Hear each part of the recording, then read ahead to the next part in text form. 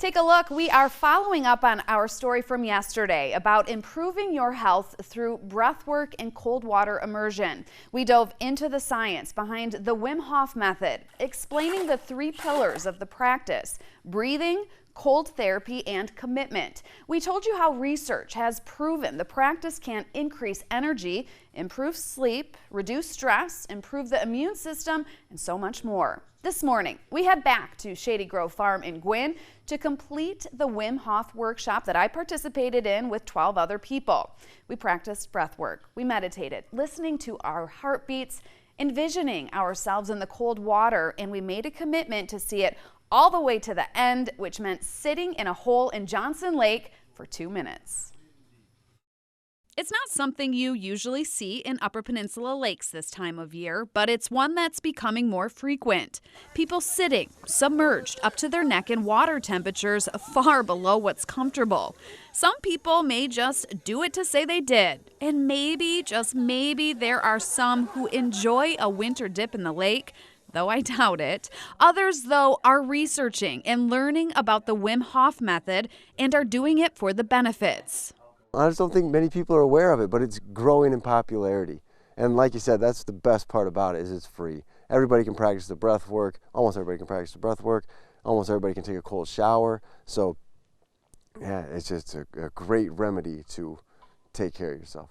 And it's also pushing people to face their fears and to the edge of what they believe to be their limits. A lot of fear. For the past 2 weeks, I've been afraid to do that. And what were you afraid of? Pain and discomfort. We learned that was a normal fear, but facing it, taking it on, and realizing that your body can handle so much more, it changes you.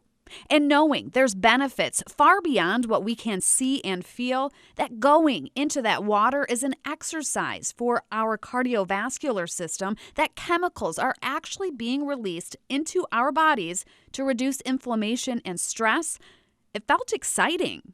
I definitely see the benefits of the cold therapy for inflammation, getting the dopamine going. I had been anxious all week pretty much for this, but once I decide to do something, it's got to be done. Melissa Hronken was my plunge partner. The day of the workshop was her 50th birthday, and so with a bit of hesitation, we went in.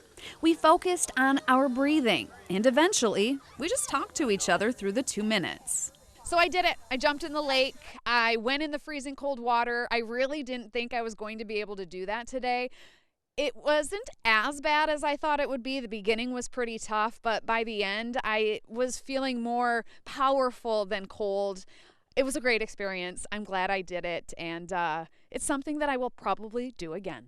The first couple of seconds, 5 seconds, were pretty hard, and then after about 30 seconds, your body just relaxes into it, and it was quite refreshing. All 13 people in the workshop sat in those holes in Johnson Lake for 2 minutes.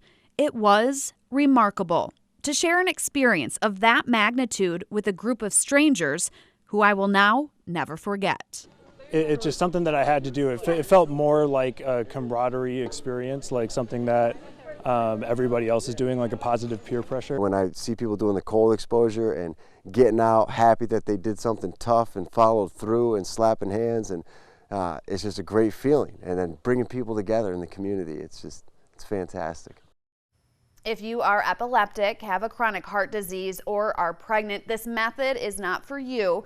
Consult with your primary care physician.